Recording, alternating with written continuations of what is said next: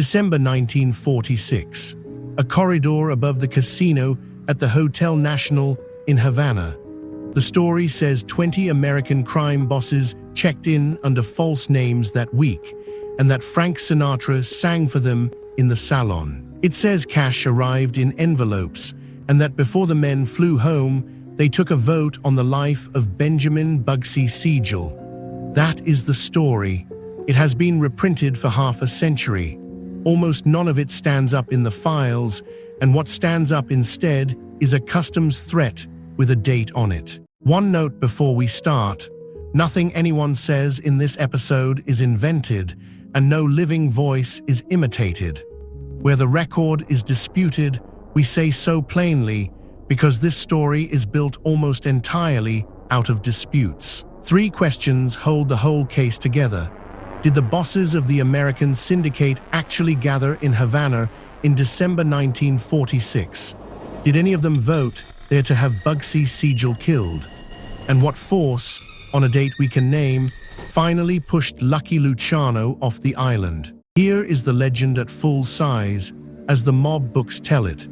Between December 22nd and December 26th, 1946, some 20 bosses of the American syndicate met at the Hotel Nacional in Havana, called there by Mayor Lansky in Luciano's name. The agenda in those tellings ran to 4 items: who really controlled New York while Luciano sat in exile, whether the Cuban casino business should expand and on what terms, whether the syndicate should re-enter narcotics, and what to do about Siegel, whose casino in the Nevada desert had swallowed several times the money his partners had put in. The books describe arrival rituals. Each family's man carried an envelope of cash for Luciano, tribute for the boss in exile, and the hotel's casino floor hummed upstairs while the meetings ran. Frank Sinatra, the story continues, was flown in to sing for the assembly, a favor between friends. That detail matters because part of it is checkable. FBI files do place Sinatra in Cuba during this period, and the Bureau noted whose company he kept. The documented stretch of his visit does not even fall on the late December dates the convention story prefers. Presence is real, the command performance is not. Trace the whole scene to its origin, and you arrive at one book. The Last Testament of Lucky Luciano, published in 1974, 12 years after Luciano died, assembled by Martin Gosch and Richard Hammer from interviews no outsider can now verify. Serious historians of the American syndicate do not treat that book as a source. They treat it as a document of 1974, a ghostwritten bestseller published when every man who could contradict it was conveniently dead. The problem for this episode is simple. Everything grand in the Havana story traces there, and nothing beneath it holds a date. Now set the book down and open the record. Thomas Hunt, who runs the American Mafia research site and has spent years with the primary sources, looked for one large convention at the National on those December dates. He found no good evidence that it ever happened. What the contemporary traces show instead is quieter and spread out. Individual New York figures on separate occasions in early and middle December, and more visits stretching into the middle of February 1947. Trips, not a parliament. Some of the men, the legend's seats at the table, never reached the island at all. Flag the conflict honestly, because it is the spine of this film. One version has a dated, seated voting convention in the last week of December. The documentary record has scattered visits, a hotel that certainly hosted mobsters, and no minutes, no manifesto, no passenger manifest, and no press conference for the event itself. The legend and the record do agree on one thing, which is where to start. Lucky Luciano, who was legally required to be living in Italy, was in Havana that winter. How he got there is a matter of paper, and paper can be read.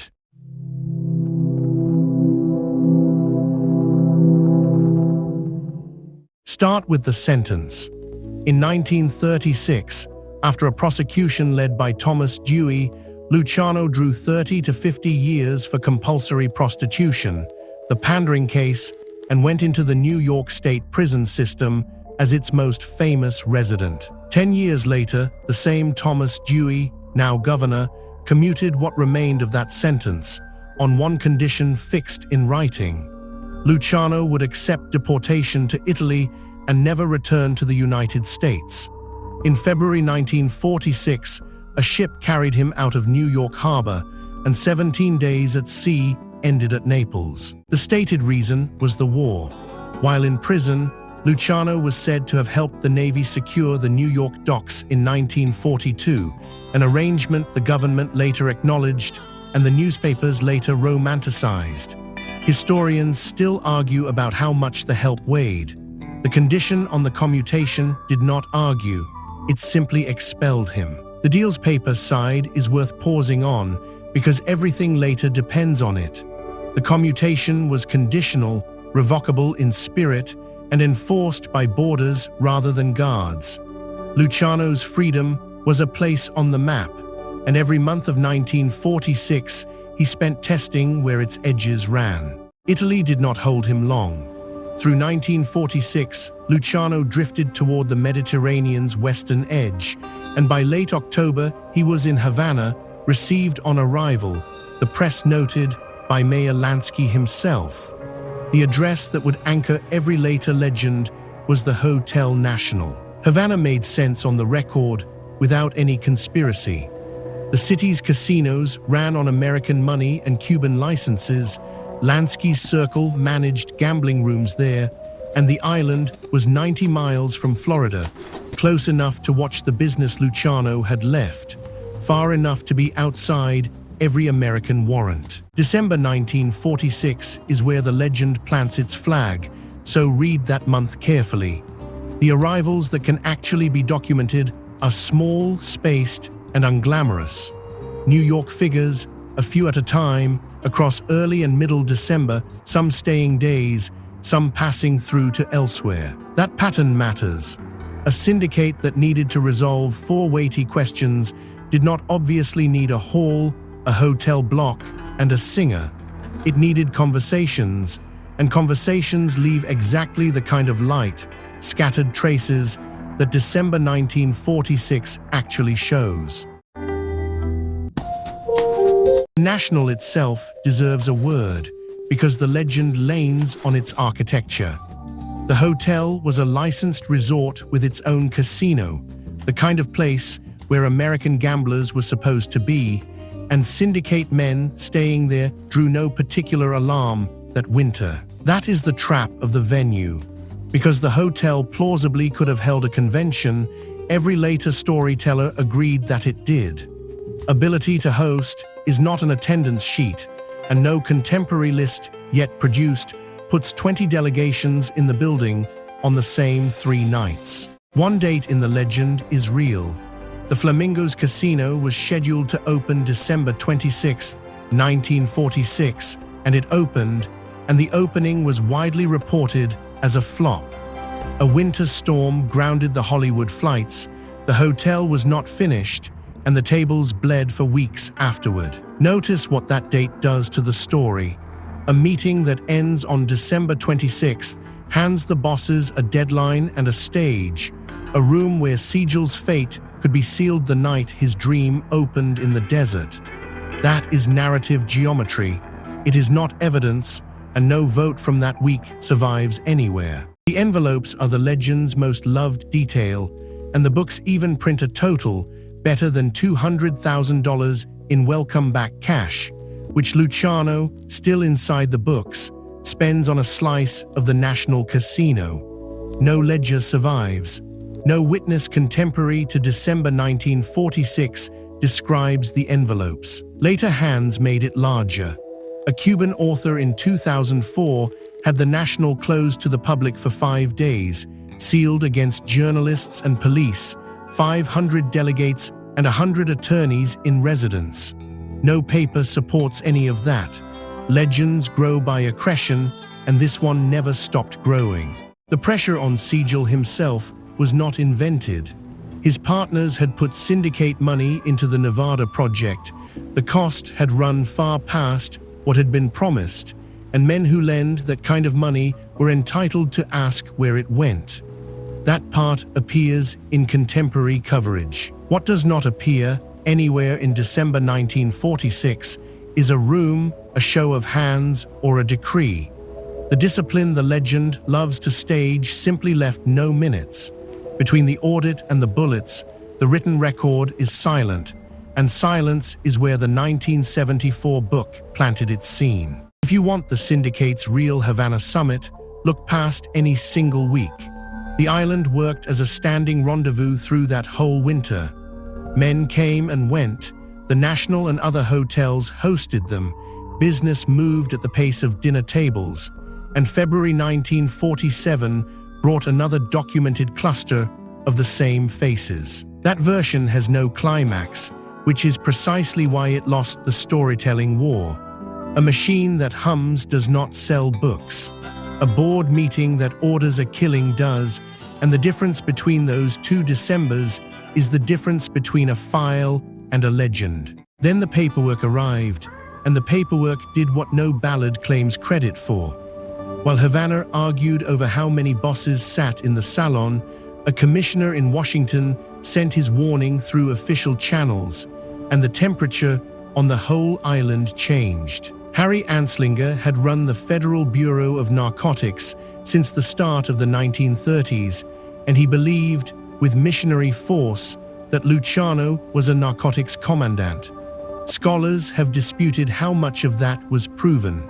His power to act on the belief, however, is not disputed at all.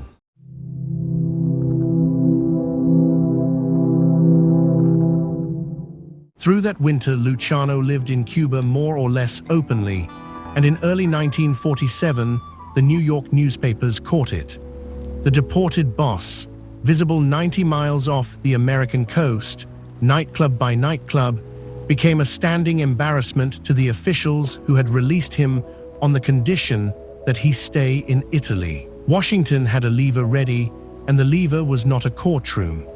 It was the Federal Bureau of Narcotics, and its commissioner, Harry Anslinger, whose office controlled something the Cuban government could not easily replace: the legal narcotic shipments American law allowed out to the island. On February 21, 1947, the record lands its hardest fact.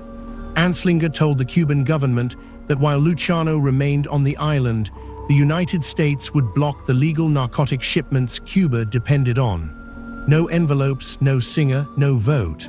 A customs threat, dated, signed, and delivered. For Havana, the arithmetic was blunt. The island's hospitals and pharmacies ran on licensed American drug imports, and one exiled gangster, however grand his friends, was not worth that supply. No money in the room could compete with a manifest in Washington. The threat was not quiet diplomacy for long. Anslinger made it public, announcing that until Luciano was sent packing, the shipments would stop. When Havana hesitated, he took the demand up the American chain of command. Cuba stopped hesitating. Within 2 days of the warning, the island announced Luciano was in custody, bound for Italy. Read that sequence against the legend's version of power. The books need a hotel full of kings to move one man from Cuba. The record needs one public threat to medicine supplies. One of these is a story about the mob. The other is a story about the United States. The endgame moved fast after that. Police held Luciano while the two governments settled what to do with a man who was nobody's prisoner and everybody's problem. A plan to let him fly to Caracas collapsed when Washington refused any destination but Italy. In early March, guards put him aboard a Turkish freighter bound for Genoa. The voyage ran more than a month through winter weather, and when the freighter docked at Genoa on April 11th, Italian police arrested him on the spot. The guest of the National had become cargo. The legend, meanwhile, was still upstairs in the hotel, waiting for someone to write it. On June 20th, 1947, in Beverly Hills, the legend collected its ending. Benjamin Bugsy Siegel was sitting on a sofa in the Linden Drive house of his companion Virginia Hill when shots came through the window and killed him. He was 41 years old. Within a day, associates walked into the Flamingo and announced that the resort now answered to them. No one was ever charged with the murder. No file in Los Angeles contains a Havana order, a December quorum, or a counted vote. The killing and the legend solved each other's problems, and they have been leaning together ever since. Run the timeline the way a prosecutor would. A meeting alleged in December, an execution in June, 6 months apart, connected by nothing in writing. Reasoning after the fact dresses that gap as a plan. The honest sentence is smaller. Somebody killed Bugsy Siegel and no document says who ordered it. That restraint feels unsatisfying next to the coronation scene, and it should. A verdict that a board meeting in Havana sentenced Siegel requires minutes that do not exist, attendees who cannot be placed in one room on one night, and an order that never surfaced in any file. Confidence like that has to come from somewhere other than evidence. So close the third gap with the only instrument that closed anything that winter. Not a vote, not an envelope, not a ballad. A warning from the Federal Bureau of Narcotics, dated February 21, 1947, backed by the weight of American export licenses. Every other scene in this film is an argument. That warning is an artifact. Arguments can be dramatized, embroidered, and sold. Artifacts just sit there, dated, in a folder, doing the quiet work of proving which government actually held the lever that winter.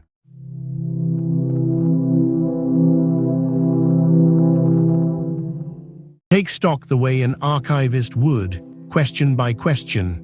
Did a single large convention sit at the Hotel Nacional from December 22nd to 26th, 1946? The honest answer is that no good evidence supports it, and the sources are in open conflict about it. What is documented is smaller and steadier. A boss in legal exile, received in Havana in October by Mayor Lansky. Individual New York visitors in early and middle December. More of the same in February 1947. The National was a crossroads, not a parliament, and a crossroads leaves different footprints. Did Sinatra sing for the assembled bosses on December 22nd? He was in Cuba during this period. The FBI noted the company he kept, and that is where the record stops. His documented presence does not even fall on the late December dates the legend needs. A real singer promoted into a fictional audience. That is the standard pattern of the whole legend, worth naming once. One verifiable fact, padded with theater, printed as history. The hotel is real, the singer is real, the dates are chosen to fit a real opening night, and the meeting that binds them is the only invented part. And what actually cleared Luciano out of Havana? Not the assassination politics of the ballads. A narcotics embargo threat, Washington's embarrassment at an exile living large, and a Cuban government that did the math. February 21st, 1947 is the only date in this story that changed anything physical. Within days he was in custody. Within weeks he was at sea. The system that the legends credit with courtroom-style votes behaved like what it was, a set of businesses and governments, each protecting its supply, its licenses, and its face, none of which requires a convention to act. Watch what survives each man. Siegel died at 41, and the desert kept filling with casinos anyway. Luciano reached Italy, settled under police attention in Rome and Naples, and died at the Naples airport in 1962, 20 years after the war years that made his myth. Havana's casinos never missed the bosses the legend says it needed. The gambling rooms ran on, decade after decade, until the revolution took them in 1959, which is a reminder that the machine was never one man's property, not even for one glittering week in December. One postscript belongs to the casino at the center of the legend.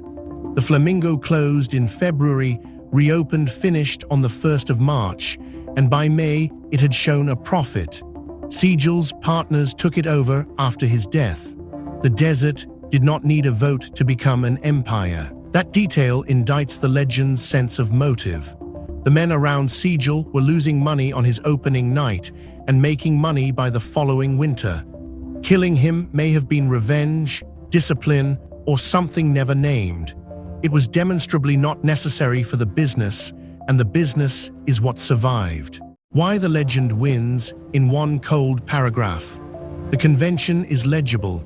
It has a room, a date, a cast list, and a motive, and it turns an unsolved rifle shot in Beverly Hills into a sentence passed by a government that never existed in that form. The record is not legible. It is scattered arrivals, a flop opening, an embargo notice, a body, and a silence where the order should be. People asked to choose between a story and a filing cabinet will usually choose the story, and the 1974 book simply got there first. The Hotel Nacional still stands above the seawall in Havana, and its terraces sell the legend by the glass.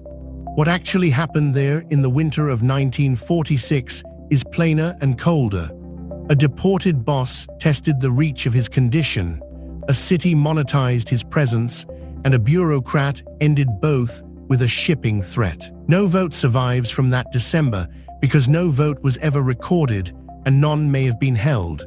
The envelopes, the salon, the singer, and the sentence belong to a book that waited until everyone was dead. February 21st, 1947 needs no ghostwriter. It is the only line in the story with a date, a signature, and a result.